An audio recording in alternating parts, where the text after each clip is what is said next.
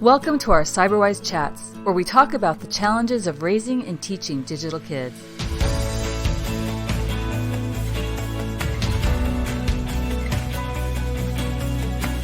I'm Diana Graber, author of Raising Humans in a Digital World and founder of Cyberwise and Cybercivics. Join every episode with Dr. Pamela Rutledge, who's the director of the Media Psychology Research Center. Our always lively conversations tackle topics like cyberbullying, screen time, TikTok, and everything in between. We've got some great guests and promise each chat will give you the tips, tricks, and confidence you need to help kids use technology safely and wisely. All right, welcome everyone to our Cyberwise Chat. I'm so happy to have you here. We're going to start slowly because I know people are still logging on.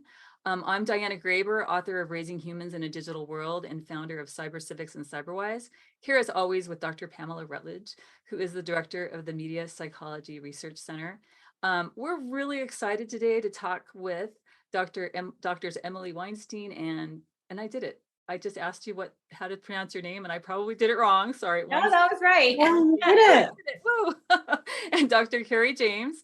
They're Harvard researchers and the authors of a really good new book. I'm going to put it really close so you can see it. Behind Their Screens, What Teens Are Facing and Adults Are Missing. I was really excited to read this book, particularly because their research is based on talking with real teens. And that's so important today, that teen voice is not heard enough when it comes to this topic. We were just talking before we started this chat about, here we are, 4 grown white women talking about what teens are facing. So we really want to let you know that today's conversation is going to be based on what the teens think, what they want you to know, and hopefully you'll leave with those takeaways today. So that's really where I want to start today. I'm going to turn to you two to tell us what informed your research. How did you do your research? How many teens did you talk to? Maybe give us a little lay of the land before we get started. Okay, great. Well, thank you so much for having us. So I'm a psychologist, Carrie's a sociologist. We have been doing this research on teens and screens together and separately for a little over a decade. And this project was honestly inspired because we were working on a project that we just ended up with this absolute treasure trove of data. We were conducting a survey and we ended up with survey responses from just over 3,500 middle and high schoolers who attended 15 different schools across 10 different US states from really different contexts. And we started looking at the data, and there was one question in particular on the survey that was about what worries you about growing up with today's technologies, what worries you about growing up in today's digital world. And we had asked questions about the positives and the upsides as well, but we found that this question, we started looking at the responses from youth, and they just stopped us in our tracks. We kept turning to each other like, are you seeing this? Are you hearing this? We realized pretty quickly that we wanted to make sure that we were understanding and interpreting with as much of a teen level view as possible. So we actually assembled a teen advisory council of 22 teens who were not part of the initial survey, but who were also from diverse identities and backgrounds and contexts. And we worked with them over several months, really analyzing the data, co-interpreting, asking them what other context we needed to make sure we were getting the story right. And we wrote this book to share what we learned, to share so many different things that we saw in the data that even 10 years into engaging with these topics every single day, we felt like, oh my gosh, we have assumptions that are just missing the mark. So other people must also. And it was really a joy to get to put them on paper and share them with others. Great. That's amazing. So the topics that you then covered in the book, the way you organized the book, are those themes that emerged from the interviews with the teens or from the analysis of the survey data? It was a mix of both. So at the top level, I'll just name the topics that we cover in the book for those of you who haven't taken a peek yet. So we cover tech habits and the pull of the screen. We have a chapter dedicated to friendship dilemmas. That's just a real eye opener because we often think of the positives of friendship, and those are definitely there, but there are also more subtle dilemmas and pressures around friendship in an always on age. We get into cyberbullying and meanness and the more subtle forms that that can take in today's connected world. We talk about sexting pressures and the different aspects of teens' social lives with peers that impinge on their decisions around whether or not to send a nude to someone. We have a chapter focused on civic and political life and how that is a big part of what teens are experiencing in their social media worlds. And then, of course, the topic that parents often fret about, which is the digital footprint. And it's really interesting if you think about these topics, they are top line topics that you would expect that adults worry about. And a big sort of overarching theme across the book is that teens worry about them too. But the details are different in terms of what their experiences are with these topics, the reasons why they sometimes behave in ways or make choices that appear to us like irrational choices, like posting something that in the future could come back to bite you. We peel back the layers and reveal a lot of the complexity behind their decision making. So we cover an array of topics, but we feel like we've done a great job in looking really carefully and closely behind teen screens, hearing and putting forth their stories and perspectives about how hard it is to grow up in a digital age. And let me just say on that point, one of the reasons why it's hard is because there are also so many enormous positives contained in their devices. So it's not like it's an easy choice to walk away. It doesn't feel optional. There are great parts and there are really challenging parts. I love the word complex because that would be what I walked away after reading the book, is a complex world that we're throwing these kids into. But we'll get to that in a minute. I would like to hear from each of you, just one quick answer. What was your biggest surprise when writing this book? What's the biggest surprise that you learned from the teens? Oh, there are so many. It's hard to say just one. I think one that we've just kept coming back to that felt really compelling and interesting to us was around a sort of hidden side or even a reframe of the adolescent mental health crisis. So obviously there's a lot of attention to adolescent mental health trends and many questions about the role of social media. And, we've been asking those questions in our own research too. Something that we hadn't really appreciated until we started working on this project was that a reality of living in this current context is that even if you are an adolescent who is not yourself struggling with your own mental health in a big way right at this moment, you are more likely than ever to have friends and peers who are struggling. And because of social media and because of the affordances of these platforms, many of those peers are struggling in public or in semi-public spaces. They might be posting on social media, or they might be seeking help from their friends over texting and figuring out, number one, how do I interpret the post that I see when something is really alarming, when I need to actually act on it or involve an adult or someone else.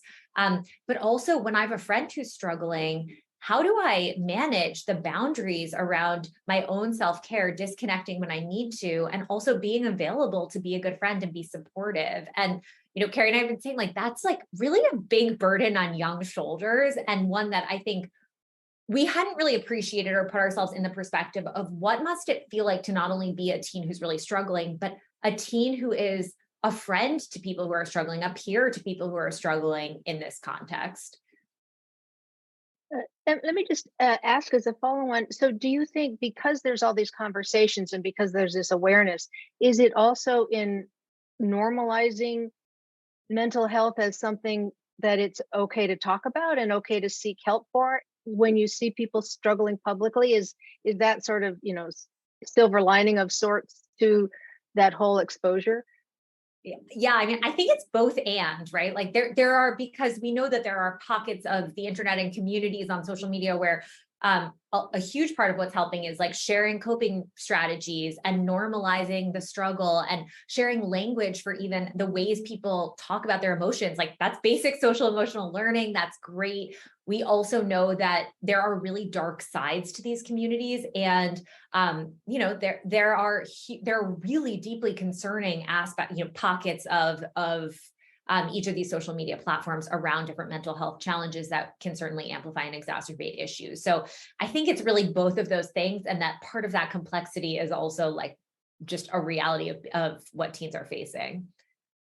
One thing to build on what Emily was saying, and then I'll share another thing that surprised us is, so often we think about how technologies can undercut our sense of empathy for others. They create a distance between ourselves and others. But this set of findings around these pulls to the screen and this need to be there for friends really shows that empathy is a source of a lot of dilemmas that young people are facing. When their friends are struggling, they want to be there for them. They want to be a good friend, and that can pose all kinds of dilemmas and challenges. I So love let that me part of the book. I just want to say that I love that because I think sometimes as adults we worry that there's a lack of empathy online, and I think this shows that kids are struggling with that they want to show empathy, but we don't give them support to know how. For them to have to deal with mental health problems without us equipping them with strategies to do so, I think is asking so much of our young people. It's Yeah. extremely hard. I mean, if you put yourself like in the position of imagining whatever platform you use, maybe it's like Facebook, but imagine that like you go on Facebook and you see someone who's like a friend from your past, but not part of your active life right now. And they post something and you're like, are they okay? Like, that seems like a little concerning. Maybe maybe that person is struggling. Even as an adult, it's really hard to figure out like, what is my role? Like, should I Right. step in? Should I do it publicly? Should I privately message them?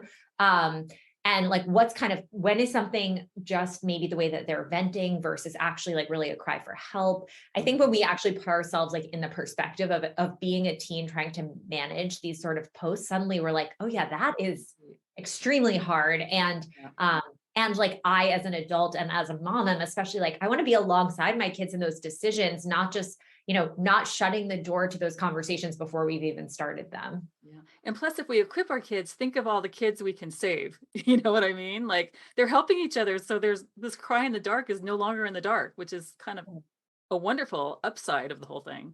Right. And I know I was going to raise the other theme, but I don't want to leave folks who are listening hanging in terms of what we can do as adults, Mhm. as parents, when we see our kids feeling pulled and feeling this dilemma. One thing we often, we've collaborated for a long time with Common Sense Media and Common Sense Education, and they've built into the curriculum this idea of red flag feelings. And when, that red flag, when something's not quite right, like that, what Emily just described, you see something that seems like a cry for help, but you're not sure. And so really helping our kids be alert to those red flag feelings and don't just scroll on, turn to a trusted friend, ideally a trusted adult for help. All the weight should not be on young shoulders. And the other thing we can do is really help our kids develop language around setting boundaries, boundaries that are kind and caring, but also firm when you need to disconnect for your own self-care, when you need to disconnect for sleep and some of the other essentials is really key.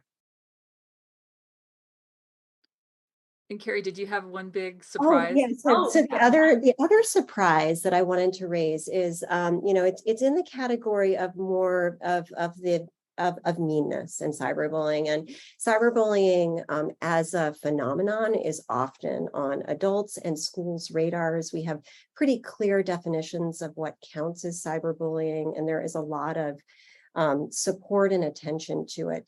But in listening to teens, we heard that a lot of what is part of their experience and what's so hard falls more in the category of subtle jabs or ambiguous slights. And so teens told us things about being strategically cropped out of a photo from a social event. So like a photo goes up and they're cropped out, or they're the only person in the photo who's not tagged, and being left to wonder, like, was this intentional?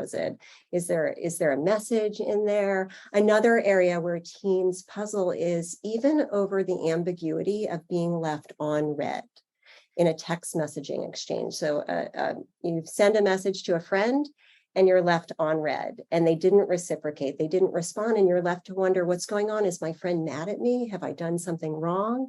And this is where the sort of norms around the immediacy of response can get us into trouble, because we end up doing a little bit of mind reading. But for adolescents who are so primed to care about their friends and their friendships and know what their friends are thinking, that can be really, really hard. So these like tech-fueled dynamics really are really meaningful to teens. We think about features like snap maps on the Snapchat app, where you can see all of your friends' avatars and where they are in real space and time. And you can look on that map and realize all your friends are clustered together and know that you haven't been invited, that you've been left out in some way. So this TMI, like too much information, really creates a lot of puzzles for adolescents who are primed to really care about all that information.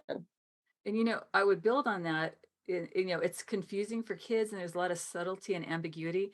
And when parents try to read into it, it's almost impossible. And I see so many parents that call things cyberbullying so quickly because they don't really understand all those nuances and the inside joke and all the things that built to it. So I think that just really speaks to having to have a conversation with your kids and not read into their online whatever's going on unless you really understand the context and try to talk to your child about it. And That's I think that true. that leads, oh, sorry. No, go ahead. I think that just sort of leads into, so where we're sort of thinking of the next question, which is how different parents and teens' interpretations of events are. And I have to say, as a sidebar, I'm not sure adults are any better at setting boundaries online than teens, so they're not getting a lot of good modeling in that regard. But how do you recommend that parents shift their lens so that what they're looking at is not sort of their own sort of knee jerk or their own context, but that they're starting to have, call it empathy for their teens' point of view? Okay, well, I'll answer that, but we should definitely circle back to the modeling point because that is such a big one. And I think a huge thing that's impacting Carrie and my own parenting from doing this research. But a huge focus of the way we have come to think about being researchers in this space is the importance of not just seeing what teens see on their screen. Obviously, the content is really important, but we've come to appreciate that what we really need to do is see it as they do. We need to be able to really like understand what they see and interpret when they're seeing content on their screens. And there are so many reasons for this, but one is that teens tell us again and again, like the same content that in one context might be really nice, in another context is really hostile, or a comment that looks hostile is actually really interpreted as being super flattering. And we cannot understand what the emotional aftermath is going to be for a teen if we don't understand how they're interpreting what they see. There are so many interesting examples of this, but like one really simple one is we started hearing that things like hostile liking. Like imagine that someone goes through all of your old Instagram photos and likes every single one, but it's someone who you kind of have beef with. And what you're interpreting it as is that like that person is actually saying like, I'm watching you. I'm in your space. Like I see you, I see what you're doing. And so something like all of a sudden I get like 32 likes from you on all my past photos. And I'm interpreting that as a threat or as something that's very hostile, which could be totally different than I have a new friend and she goes through and likes all my old photos in order to say like, oh, I love all your old content. I want to be part of your life. You're so awesome. So the same behaviors can just take on such different meanings. I just want to say one more thing about this, which is like, we are seeing so clearly in the research that toxic social comparison is really important if we want to understand when certain kinds of like passive browsing on social media make kids feel bad in ways that have real meaningful effects for their well-being, short-term and longer term. One of the things that we heard and saw from teens in our research is that the same content that provokes that feeling of toxic comparison for one teen has a completely different experience for another. And I think we tell the story in the book, but there's one example of this that I always think of when Carrie and I were talking to a teen boy, and he was talking, well, a few teens were talking about influencers posting like when they have bad skin days. And how for some teens, like they look at that content and they're like, this is so normalizing and empowering. Like, yeah, you don't have to have perfect skin to be, like people get breakouts and blemishes, and that's totally fine. And then we had another teen who's like, yeah, but like last night, someone who I follow, who's an influencer, posted their bad skin day. And they were like, see, I have bad skin days too. And he's like, I'm looking at that and I'm like, that is what my skin looks like on my best day. So I must be really ugly. Like I must be really hideous. If that's like this, if you're trying to like normalize photo is like better than my bad, it's like better than my best, is than my best self. And Carrie and I just kept having these kinds of moments like that where we were like, yeah, gosh, like you just have, if we want to have their backs, we have to see through their eyes. That's a great One line. approach that we use in our research, which works better when you're a researcher talking to a teen and you're not their parent, but it can work for parents. So one thing we do is co-browsing. So we have someone open up an app, whether it be Instagram or Snapchat or TikTok, and we're seeing exactly what they're seeing, but having them narrate what they see and what they think about it and how they feel as a result of it can be incredibly powerful. If you have a kid who's more of an open book, that can actually be really effective. A lot of kids don't want to do that with their parents, and we acknowledge that. And so there are other ways to talk with them about content that may be distressing, or, in a way, opening your own phone and narrating out loud the kinds of things you see, like, wow, everyone looks like they're leading their best lives. Like that can't really be true, can it? Like sort of modeling that kind of media literacy angle, or normalizing some of the stressors and feelings that we have, to create an open conversation where they feel like they can bring some of those pain points to the fore. And I think that's a really great strategy for parents with young adolescents, because I know I'm working with sixth graders, and what I often hear from them is, gosh, I wish my parents had more interest in my online life. And I always tell parents, I think that window is a really tiny window. I think that closes very, very fast. And so take advantage of like that little time when they're willing to, like, I'm trying to figure this out. Here's what I'm thinking. Here's what I'm feeling. I think that strategy would work great with that age level. I love that you give that advice. And like one thing that's really concrete also that I think most of us don't even think to do is asking about the positives. Like adults so often just go right to here's what's bad or here's what's negative, or like this kind of lecturing mode. And one of the things that has been such a game changer for us in our own conversations with teens is recognizing the power of starting by asking them, like, what do you love about your favorite app right now? Who are your favorite people to follow? Like, just because it's a signal to them that we know that there are upsides to this world. We know there are things that are exciting and interesting to them. And we learn so much from that. But then it also, like, once we get into the challenges, it's just set a completely different tone for the conversation. Yeah, I have to jump in on that one too, because I ask that of the kids all the time. And I always like, what influencers do you like? And they throw names at me so fast. And every I year, a know. whole new slew. And I want to like, hey, wait, a little slower. Let me write these down. We do But- this. We are often in the same position. We're like, wait, how do you spell that? Have them write it on a Post-it if you're in Yeah, the exactly. right? Text it to me, would you? Text me Yeah. the name so I can look them up, Google them when I get home. Okay, I'm gonna go to a topic that I'm very interested in talking about. I hope that's okay, Pam. I think it was my turn, but sexting. So I really enjoyed reading your chapter on sexting. I have a lot of questions about it, but I'm going to read this one line. I think I wrote it here. Teens want from adults recognition that sending nudes is, in some contexts, part of teen culture. So who wants to address that topic? So, and so parents aren't freaking out about that.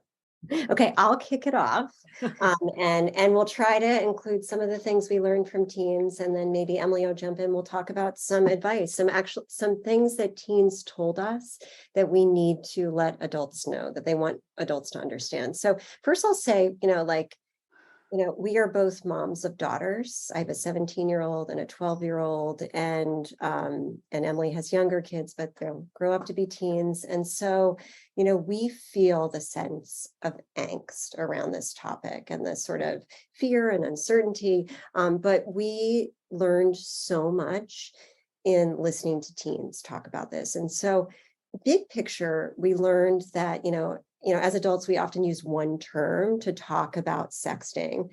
But that glosses over the different forms that it takes, the different feelings teens have, and it really is a spectrum. In our sexting chapter, we name 9 reasons why teens sext even when they know it's risky. And one of the big headlines from talking to teens is they know that it's risky. So along with other things in digital life that adults often assume they don't appreciate the risks of, this, like the digital footprint, this is one where the risks are very clear to teens, but the reasons why they make the decisions they do are much more complicated. And so there are different feelings that they're having. So that spectrum I'm talking about, on one end of the spectrum is really consensual, wanted sexting, in perhaps in the context of a trusting relationship. And we heard stories from older teens who talked about this.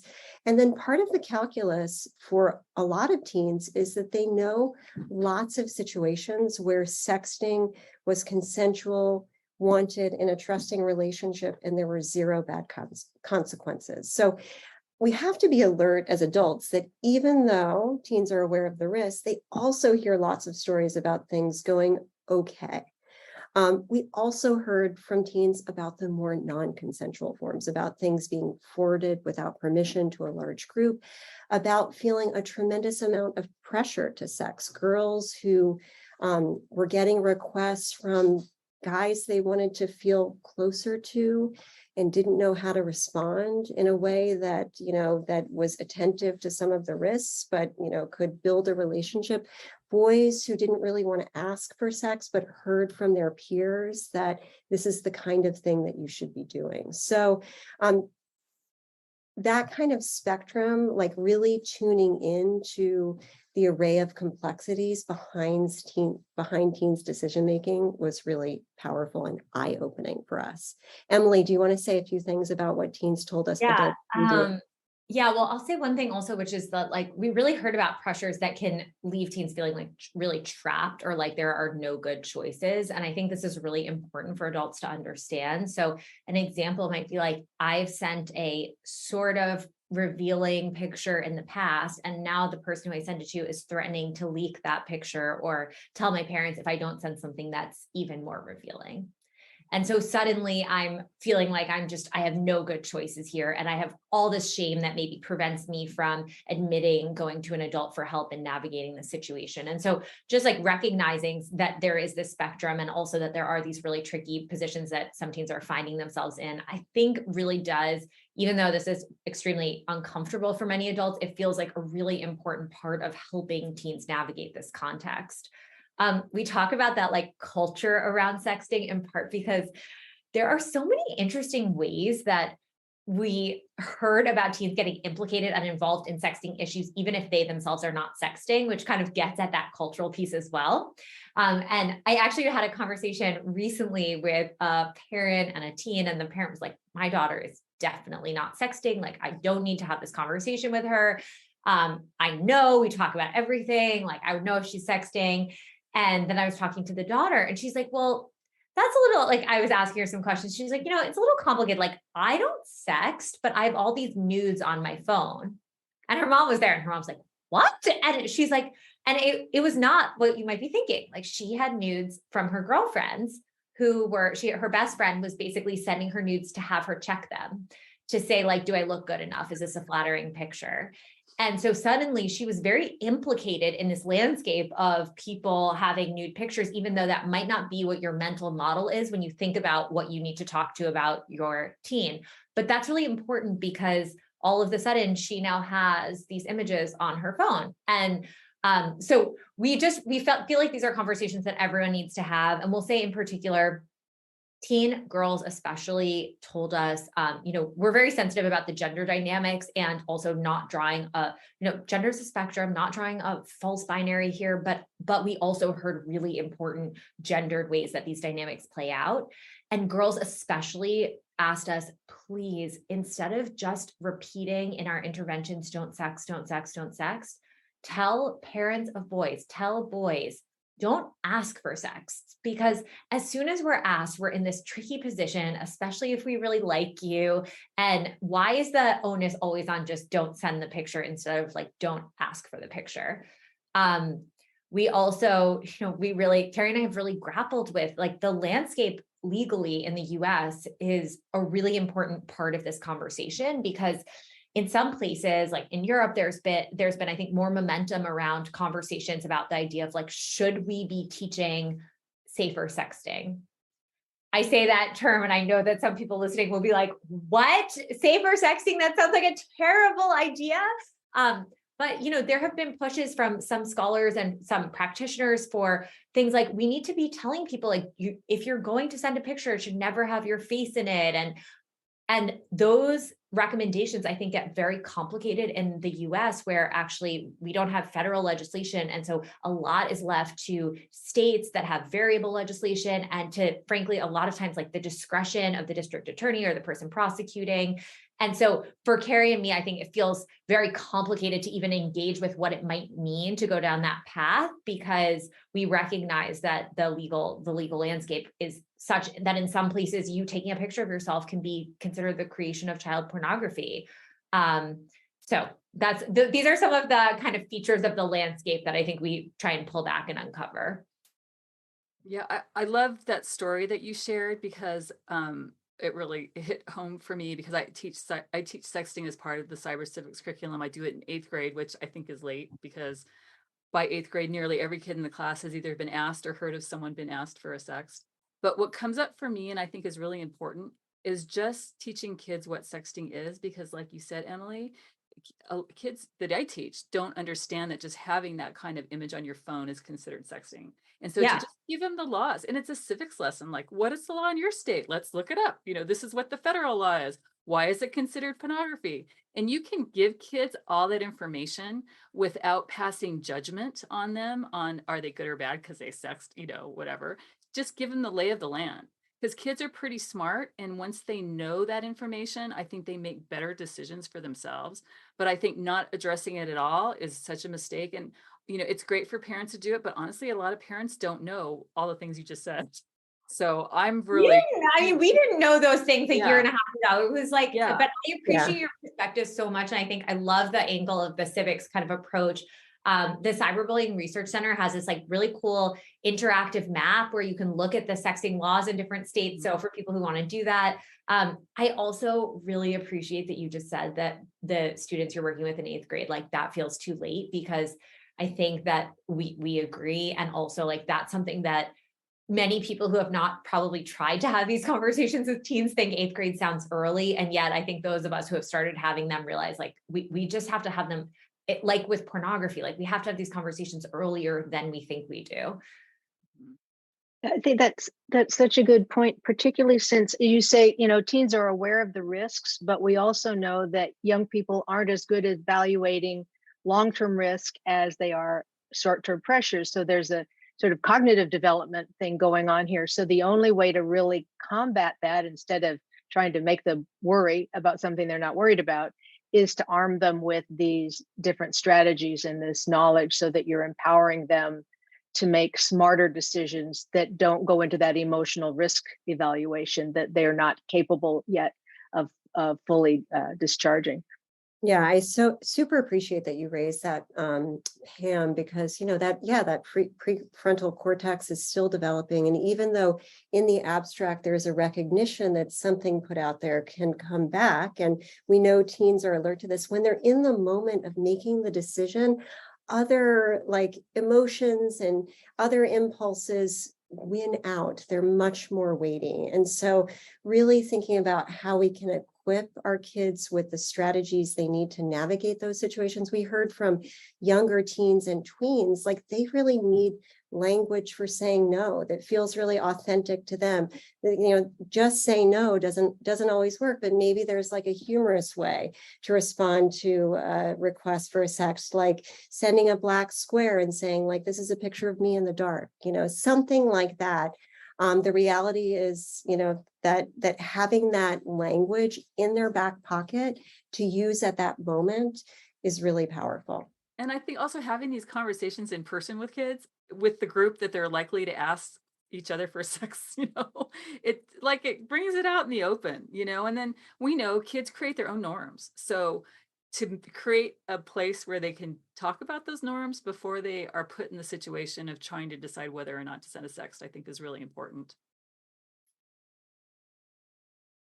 There's a plug for cyber civics if I ever heard one. I just think talking to kids, in school Yes. about all this stuff, I Right. think But I is mean, really what you're important. saying is so important that they need to be able to talk in their peers so that they get that peer support. It isn't just a parent saying, well, have you thought about this? It's them having the ability to discuss with critical thinking as well as their emotional responses to see how their peers are responding and the dilemmas their peers are having so that they don't feel like they're out there alone trying to make these decisions.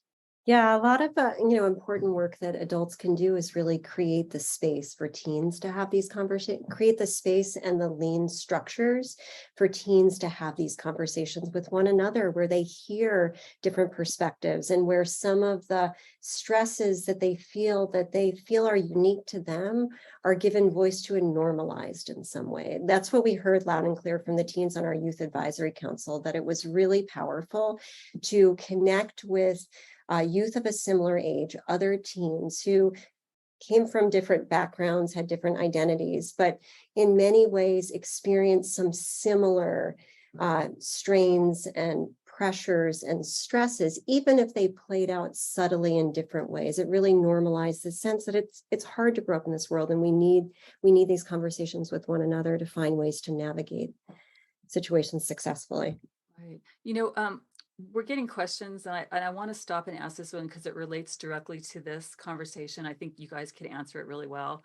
As the parent of a 15-year-old boy, I am really torn listening to presentations like this. So much seems to rely on kids being able to do the right things if properly armed with strategies. Where is the line as a society when this stuff should not be available because they are too young and have these levels of self-control? Too young to have these levels of self-control. How would you Yeah. address that?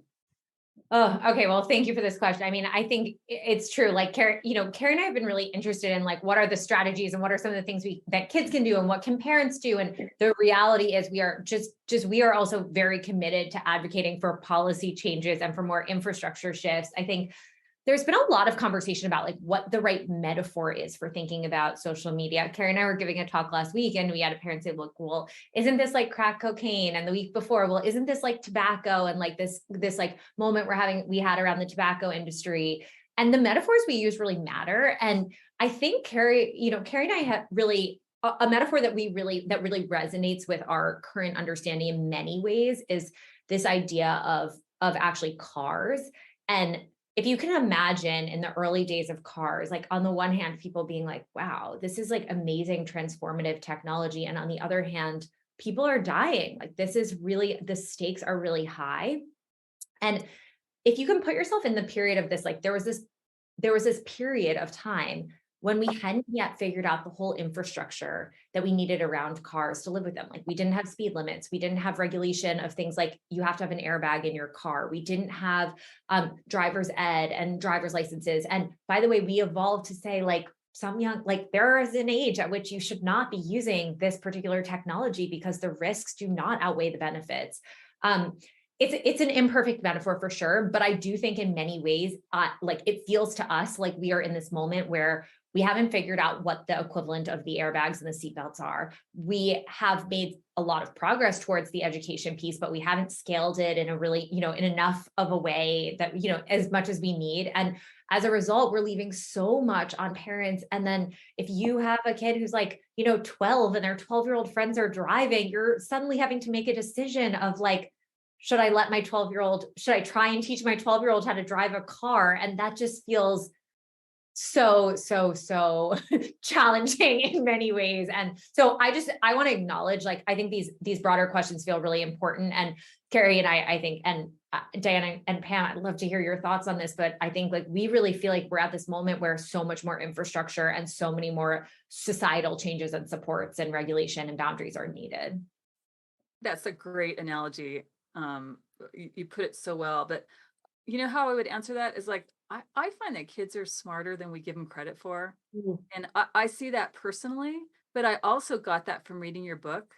What we've asked them to manage with their social life online with all the intricacies and things happening is astronomical. And by and large, our kids are, they're surprising me with their ability to, make these decisions and largely come out, I think, pretty good. I know that there's problems out there, but a lot of kids are doing pretty well online, I think. I Well, hope and I'm I not like, falling I, like a Pollyanna here, but Pam, what no, do you but think? I like the analogy of the car and driver's training, because Yeah. I think that is important. And the maybe the one distinction you would make is that it would be pretty hard for a kid to take your car out of the garage without you noticing, but Mm, kids have access to online through a yeah. lot of different devices. So even if you're concerned that a 12-year-old isn't mature enough to go online, not training them is more dangerous than training them, because they have friends, they have access, they could go to the library, they can go to an internet cafe, they can do all kinds of things to gain access to this without any training whatsoever. So it's very important to have these conversations, at least, sort of our shtick, is start early, start very young, age appropriate, and sort of build with these things, because you want kids not so much to know how to use the smartphone as to have critical thinking and to make judgments about their own safety. And so, I think that's a very difficult question. I have very little faith in regulators for picking the right way to control these things. So I'm a sort of prepare the kids, and then, hope that regulators can catch up with something reasonable. But it's the kids we're trying to protect, and the only way to give them armor, in my mind, is to get them so that they're reacting with some kind of context and skill. Yeah, I mean, we couldn't agree more that that approach, starting early and building from there, is really important. Another thing that we know, and I know this to be true because I parent two kids who are really, really different from one another.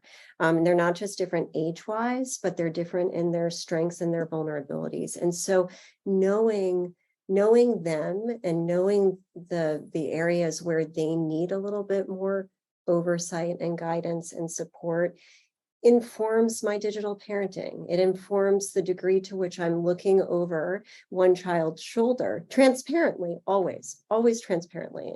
And on the other hand, giving a little bit more autonomy and freedom, because I know they're going to come to me if something big comes up. So really, really keying our digital parenting approaches to the children that we have, the kids in front of us. And again, that does not let social media companies off the hook. That is a whole other set of issues that, and regulatory movements that we need to have in play. A note on that, because I always say this to parents, we talk about social media companies should do more. And I think parents should do more, because we have to remember that our children are their customers. And if we're unhappy with the service we're getting, we need to speak up. We need to use our voices. So I think that we just can't say that enough, that it's not going to just magically happen unless we really push for it to happen. Agree. I'm keeping an eye on the time here. I want to be respectful. I know you guys probably have Yeah, we many have other 2 things to more do. minutes. Oh my goodness. Are you okay if we go a little over, or do you have somewhere you need to be? How about one more question? Yeah. I want to talk about digital agency, because I feel like that's where we've ended up at. Yeah. And I think a lot of people don't know what that means and how do we do it. So if you could just tell parents that, and then we'll do one last takeaway after that. Okay. So I'll kick this off and then hand over to Carrie. So high level, we couldn't really get away from the fact that it felt like so much of what we were hearing from teens about what was hard and stressful about growing up with technology was rooted in the sense of not feeling like they really had agency or control over, for one reason or another, whether it's because the design features are undercutting your agency around your habits, or because your parents are telling you be careful what you post, but meanwhile your peers are posting stuff about you or tagging you in stuff that you would never want online, or that is a bad idea. Or you feel like you're just between a rock and a hard place and making decisions around whatever the topic is, what you post or what you send. There were just so many ways that we kept feeling like teens were like up against these challenges, and they didn't, as a result, feel like they really were making decisions with a sense of agency. And that felt really important to us, because we know from decades of psychology research that agency is actually really closely tethered to our sense of well-being. And the flip of this is that when we talk about things like helplessness and learned helplessness, that those things are implicated in conversations about depression and mental health. And we started to feel like this was just something that we could not ignore, that actually we're asking these big questions about mental health for this generation. And we're seeing the ways that they're just again and again voicing around technology. It's not just their screen time that's the issue. It's like this sense that there are just so many things that are not in my control. And yet I'm trying to exist in this landscape. So that's kind of high level of why we came to see, why we started to think about this idea of agency being so important. And for sure, other scholars have written about this too. So, we're building on other works here, but we talk in the book about some of the threats to agency and also 3 different pathways for supporting agency. Carrie, do you want to talk a little bit about that?